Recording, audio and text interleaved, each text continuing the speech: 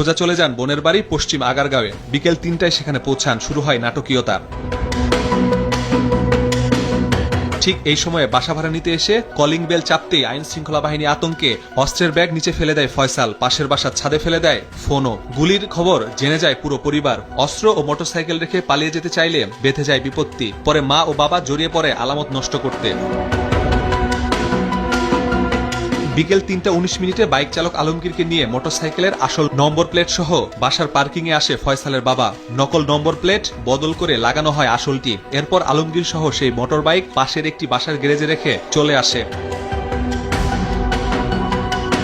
বাবা সরায় motor bike আর মাকে নিয়ে কিছুক্ষণ পর নিচে নামে ফয়সাল। এবার শুরু হয় নিচে ফেলে দেয়া ব্যাগের খোঁজ।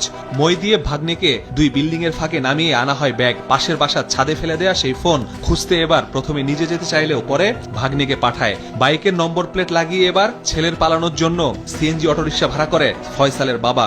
এই বাসাটিতেই ফয়সাল শুটের আগে এসেছেন এবং মিশন বাস্তবায়ন শেষেও এখানে এসেছেন এবং এখান থেকেই তিনি লাপাত্তা হয়ে গিয়েছেন।